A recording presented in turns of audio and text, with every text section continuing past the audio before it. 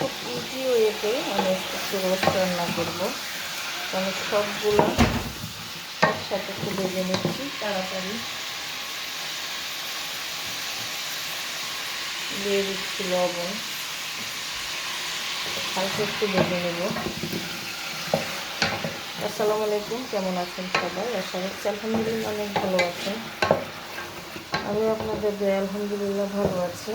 একটু রান্নাবান্না শেয়ার করি আর কি করবো, শর্টকাট কীভাবে একটু রোস্ট করা যায় সেটাই করতেছি। তো আমি একসাথে সব ভেজে নিচ্ছি একটু লবণ দিয়ে। তো দেখতে থাকুন আমি কীভাবে অল্প সময়ে রোস্টটা তৈরি করি। এখানে 4টা মুরগি নিয়েছি, মশলাটা কষাই নিচ্ছি। ওটার মধ্যে দিয়ে দিলাম রোস্টগুলো, একটু কষিয়ে নিই। মশলাটার মধ্যে রোস্টগুলো দিয়ে দিচ্ছি, একটু কষাই নিই। দিয়ে এটাকে আমি জল দিয়ে দিয়েছি।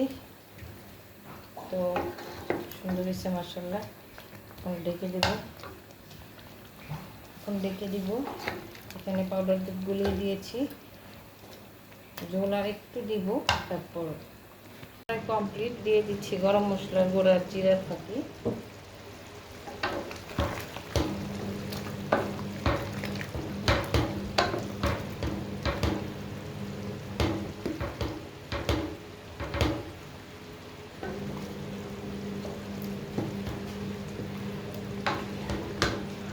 জন্য দিয়ে দিচ্ছি বেরেস্তা ফাঁকি করে।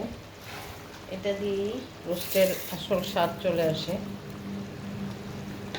একটু পেঁয়াজ বাটা দিয়ে, তারপরে সমস্ত কিছু দিয়ে, বাদাম দিয়ে মশলাটা গ্রেভি করে নিয়েছি। আসলে তাড়াতাড়ি করতেছি, এর জন্য ফুল ভিডিওটা দেখাইতে পারি না।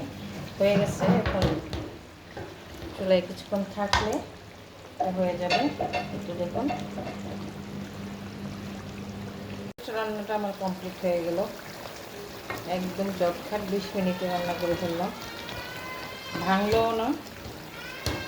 আমি একটু টক দই দিয়েছিলাম, আসলে মশলাটা আমি দিতে মানে টাইমের অভাবে দেখাতে পারি নাই। সব কিছু দিয়েই আমি করেছি একদম অল্প সময়ে। এখন আর একটু শুকাবে, তারপর হয়ে গেল। তো আজকে রোস্টের রান্নাটা ঝটপট কেমন লাগলো অবশ্যই কমেন্ট করে জানাবেন। ভালো লাগলে একটা লাইক দিবেন, শেয়ার করবেন, পাশে থাকবেন। আর সবাই ভালো থাকবেন, সবাই যেন সহি সালামতে রমজানটা পালন করতে পারবেন এই দোয়া করছি সবার জন্য। আমার জন্য দোয়া করবেন। আল্লাহ হাফেজ, আসসালামু আলাইকুম। হয়ে গেল আমার রোস্ট। দিয়ে দিচ্ছি একটু উপর দিয়ে ঘি। আমি কেওড়া বা লুক দেখুন কতটা গ্রেভি হয়েছে মাশাআল্লাহ।